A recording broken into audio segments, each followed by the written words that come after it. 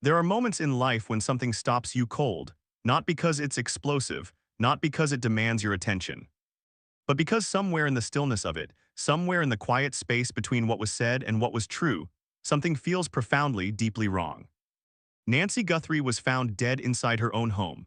The story that formed around her death, at least in those first raw hours, pointed toward something familiar: a woman with a serious heart condition.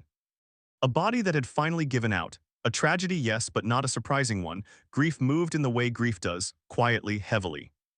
And for a moment, the questions that might have been asked simply weren't. But then the paperwork began. Her husband, Richard Guthrie, filed a claim for her life insurance, a substantial one. And as that claim moved through the proper channels, through the hands of people trained to notice things that don't sit right, something caught. Not a glaring alarm, not an obvious red flag. Something smaller than that, a texture, a feeling that the edges of the story didn't meet the way they should. Law enforcement got involved. And when investigators began pulling the threads, they didn't just look at the scene. They didn't just collect testimony. They looked at something almost no one had thought to look at before. Nancy had a pacemaker. That small device, no larger than a matchbox, had been sitting inside her chest doing something beyond keeping her heart in rhythm. It had been recording, logging, storing every electrical signal, every beat, every moment of physical stillness or stress across the hours of her final day. The FBI requested the data.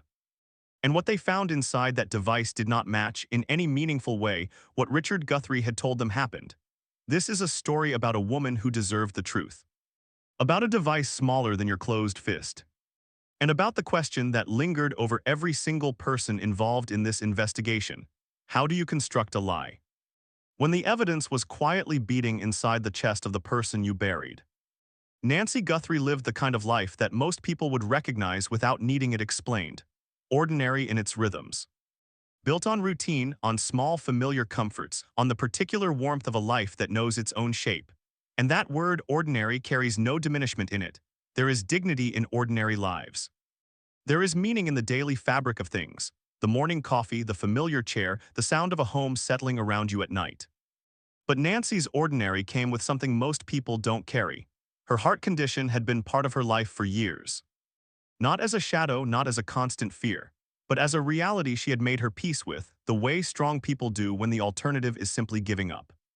The pacemaker was implanted to help her body do what it could no longer fully manage on its own. It became part of her, present, reliable. After a while, probably not something she thought about much at all. That device gave her more time, more mornings, more of the ordinary days that mattered to her. Richard Guthrie was her husband. The person closest to her world, woven into her daily existence in the way only a long shared life can weave two people together. He understood her health in the way someone can only understand another person's body when they have watched it struggle and recover over years. He knew her rhythms, her limits. The shape of her good days and her difficult ones. When Nancy died, Richard was the one who made the call. He described what happened the way a grieving man might, with emotion, with the language of shock, with references to her history that made the death feel like something long arriving. The local response reflected what he presented. A woman with a documented cardiac condition had died. It was processed accordingly. Painful, yes. Alarming, no. Then he filed the insurance claim. And somewhere in that process, in the review of those documents, in the careful reading of what was being submitted, and when something shifted in the room. Not loudly, just quietly, irrevocably. The kind of shift that experienced investigators feel before they can name what caused it. A misalignment. A timing that didn't settle correctly. Details that fit individually but not together. Law enforcement began a closer look. They retraced the hours, they spoke to people, they reviewed records. And in that methodical, careful process, someone asked a question that would quietly become the most important question of the entire investigation. Did Nancy have a pacemaker? Yes. And does the device store data? It does. To really feel the weight of this case, you have to understand what Nancy Guthrie's life had been built around. Because the condition she lived with wasn't simply a medical footnote. It was something that shaped the texture of every single day. Living with a serious heart condition rewires the way a person relates to their own body. There is an awareness that comes with it that healthy people rarely develop. Every irregular sensation carries meaning. Every moment of unusual fatigue becomes something to evaluate. You learn to listen to yourself in a way that most people never have to. You negotiate. You adjust, you find a pace that lets you keep going, and you build your life inside that pace with intention and care. Nancy had done that. She hadn't let the condition define her. She had let it inform her, and she had kept living anyway. Richard understood this about her better than almost anyone. Years of watching someone manage a health condition gives you an intimate and detailed map of their physical life. He knew when she was struggling before she said so. He knew what her hard days looked like. That kind of knowledge in the context of a loving partnership is a form of care. In a different context, it is something else entirely. The home they shared was, like all homes, largely invisible to the outside world. Neighbors form impressions. Friends hear what they are told. But the interior of a marriage, its actual texture, its private weather, belongs only to the two people living it. What happened inside those walls on any given night was, by definition, something no outside eye could see. When Richard described that final night, he used the language of grief. He was specific where grief tends to be specific and vague where grief tends to be vague. He was emotional in ways that were difficult to immediately question. He presented the story of a man who had watched his wife's health decline and had finally, terribly, faced what he always feared was coming. Investigators listened. They took notes. They asked follow-up questions, and something in the edges of what he said did not rest easily. The insurance claim had generated paper. Paper generates a trail. And trails, when followed with patience and precision, always lead somewhere. The fact that a pacemaker stores data is something most people have never had reason to think about. In the general imagination, a pacemaker is a mechanical device, something that pulses, something that keeps a heart from losing its rhythm, and that understanding is not wrong as far as it goes. But it doesn't go nearly far enough. Modern cardiac devices are sophisticated, they monitor far more than they regulate, they log heart rate continuously. They record rhythm irregularities as they happen. They track physical activity levels and periods of rest. They note moments of acute physiological stress, the kind of stress that registers in the body before the conscious mind has even fully processed what is occurring. All of this is stored, time-stamped, and accessible to those with the proper medical and legal clearance. Cardiologists use this data routinely. It tells them how a patient's heart is behaving between office visits. It allows adjustments to be made. It creates a continuous picture of the organ's performance over time. The data is clinical. Medical private. It is also, in the right circumstances, extraordinarily powerful evidence. When investigators began to understand what Nancy Guthrie's pacemaker contained, the nature of the case changed. Because what they were looking at was not a static record. It was not a photograph or a document that captured a single moment. It was a continuous log of everything Nancy's heart had done across the hours of her final day. Every beat. Every elevation in rate. Every moment the device registered that something significant was happening inside her body. It was a witness, the most reliable kind. One that had no reason to protect anyone. One that could not be coached or pressured or asked to remember things differently. One that had simply recorded the truth in the language of biology and waited. The FBI formally requested that data. The process required navigating medical privacy laws and questions of legal jurisdiction that had not been fully tested in this context before. These were not simple procedural hurdles. They were genuine questions about the rights of a deceased person, the boundaries of a criminal investigation, and what kinds of evidence the legal system was prepared to treat as legitimate. According to reports, those questions were resolved in a way that allowed the investigation to move forward. The data was retrieved. Medical experts were brought in to interpret it. And what those experts found, according to investigators, did not align with Richard Guthrie's account of events. Not in small ways, in ways that mattered. When those findings reached the investigators handling the case, they confronted Richard Guthrie with new questions. Specific ones, technical ones. Questions designed not to accuse but to invite him to explain, in precise detail, what he said had happened and when. He could not do it cleanly. According to reports from the investigation, the inconsistencies in his account became more visible under that pressure. The timeline he had offered began to develop fractures. Details that had been stated confidently in earlier conversations were suddenly less certain. Moments he had placed at specific times became harder for him to locate. The story, which had held together well enough on the surface, began to come apart at the seams when pressed against data that did not flex. This is something investigators understand about constructed accounts. They are built with care, but they are built from the outside in. They are assembled from what the person imagines the situation looked like, not from the lived experience of what actually occurred. And that difference, subtle as it can appear at first, becomes impossible to hide when the questions become precise enough. Truth behaves differently under pressure. It holds. It doesn't need to be remembered because it was lived. A fabricated account has to be maintained, and maintenance has a cost. The insurance policy, re-examined now in this new light, took on additional weight. The amount was significant. The timing of the claim, its relationship to the death, the speed with which certain actions had been taken, all of it was reviewed again carefully. In the context of what the pacemaker data had revealed, people close to the couple were interviewed again, conversations were reconstructed. The shape of the marriage in its final months, the financial pressures, the behavioral shifts. The things people noticed, but perhaps didn't think to mention the first time, began to form a larger picture. No single conversation confirmed anything by itself, but together, the accumulation of detail pointed in a direction that was becoming difficult to dismiss. The investigation had not reached its conclusion, but it had found its spine.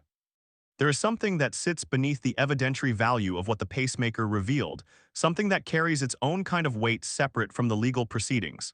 Nancy Guthrie was gone. She could not speak for herself.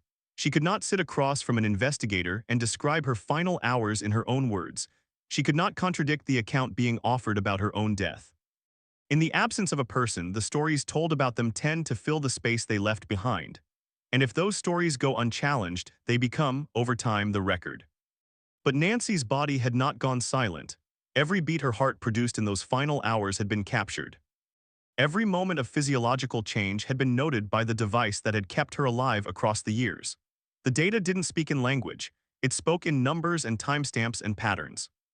But the meaning it carried was clear to the people trained to read it. What those patterns suggested, according to the medical experts who reviewed them, was not consistent with the natural and peaceful cardiac event that had been described. The data pointed to something else. The experts were careful in the language they used, as experts in these situations must be, but the investigative team understood what was being communicated. For the people who had loved Nancy, this moment was not a victory. There was no relief in it that was clean or simple. What it felt like more than anything was the grief of confirmation. The particular ache of suspecting something terrible and then watching that suspicion harden into something real. It did not restore her. It did not change what had happened. It simply meant that what had happened would not be allowed to pass as something it wasn't. The investigation moved forward. Legal processes engaged in the way they do, slowly, carefully, with all the weight of consequence that serious cases carry. According to reports, charges were eventually filed. The full arc of what followed extended well beyond the initial discovery, as it does in cases built on complex and contested evidence. Questions remained, they always do. But the question at the center of everything, the one that had driven the investigation from the moment someone thought to ask whether the pacemaker held data, had been answered. Not perfectly. Not in a way that resolved everything, but answered in the most unexpected possible way by a device that had been quietly doing its job until there was no longer a job left to do. The Nancy Guthrie case does not belong only to her. In a larger sense, it belongs to a moment in history that we are all living through, whether we know it or not. For most of recorded legal history, what happened inside a private home between two people with no witnesses was nearly impossible to prove. Physical evidence could be explained away. Memories were selective and self-serving. Testimony could be shaped by fear or loyalty or the simple desire to avoid complication. The interior of a marriage, in particular, had always been one of the most legally difficult spaces to illuminate. The law could pursue what happened there, but it often could not see it clearly enough to act. Technology is dissolving that opacity. Not entirely, not without its own complicated questions, but in ways that are genuinely new. The devices we incorporate into our bodies, the ones we wear on our wrists and carry in our pockets and have implanted in our chests, are all quietly generating records of our physical existence. Pacemakers store cardiac data, fitness trackers log movement and sleep, smart home systems remember when lights were turned on and doors were opened. In aggregate, they are building a detailed and continuous archive of our lives. That archive can be a powerful instrument of justice. It was, in Nancy's case. But it also raises questions that deserve serious and careful thought. Who owns the data a body generates? What legal protections govern the retrieval of intimate physiological information from a deceased person? When does the use of that data serve justice, and when does it cross into something more troubling?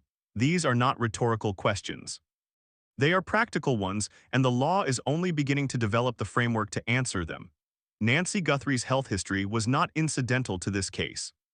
According to investigators, it appears to have been central to it. The assumption embedded in what happened seems to have been that a woman with her medical background dying of an apparent cardiac event would not draw close scrutiny. That her history would provide cover. That the death would be absorbed into the record as one more sad but unremarkable outcome for someone whose heart had always been fragile. What no one appears to have accounted for was the silent witness inside her chest. And perhaps the most human dimension of this entire story is what it reveals about truth itself. About its stubbornness, about the way it persists even when everything around it has been arranged to suggest otherwise. There is a kind of crime that bets everything on silence. That is built on the assumption that the only person who knows what really happened is no longer able to say so. That the story, from this point forward, belongs to whoever is left. Nancy's pacemaker refused that premise. It is not easy to sit with a story like this one. The technology at the center of it is remarkable, even quietly astonishing. But the technology is not the thing that stays with you longest. What stays is Nancy herself. She was a person before she was a case. She had a life that mattered in all the small ways that lives matter. In the conversations she had, the relationships she carried, the particular way she moved through her days. She had a body that she had tended carefully, that she had negotiated with and adjusted to and kept going through real difficulty. And inside that body, a small device ticked along, doing what it was designed to do, keeping her in the world a little longer. She probably didn't think about it much toward the end. That's how it goes with things that become part of us. They fade into the background of daily existence. They become invisible in the best possible way, present but unnoticed, simply doing what they were there to do. And in the end, when there was nothing else left to speak for her, it did that too. There is something that resists easy description in that fact. It is not triumphant. It is not the kind of justice that feels clean or cathartic. It is something quieter and more complicated than that. It is the feeling of a truth that refused to disappear, that waited with the patience of a machine until someone came looking. The investigators who worked this case carried it with them in the way people carry difficult things, professionally, carefully, with the knowledge that the outcome, whatever it was, would matter to people who were hurting.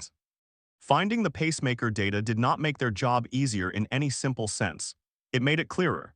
And in cases built on the destruction of the truth, clarity is the thing that changes everything. For the people who loved Nancy, there is no version of this story that brings her back. No finding, no proceeding, no moment of legal clarity undoes the loss. Grief does not operate on a timeline that justice can satisfy. What the truth offered in this case was something more modest and more permanent than comfort. It offered the refusal to let her death be defined by a lie. It said, in the only language available to it, that what happened to her would not simply be absorbed and forgotten. The details of this case will continue to raise questions, some of which may never be fully resolved. Questions about evidence and privacy, and what it means to exist in a world where our bodies are also, in some sense, data. Questions about what we owe to the people we lose and how far we are willing to go to honor that debt. These are not comfortable questions. But for Nancy Guthrie, the fact that they were asked at all by the right people at the right moment, with the right tools available to answer them, that was everything. If this story moved you, or made you think, or left you sitting with something you're still working through, take a moment and share it in the comments. These are the kinds of cases that open up real conversations about truth, technology, and what justice actually looks like. Those conversations matter.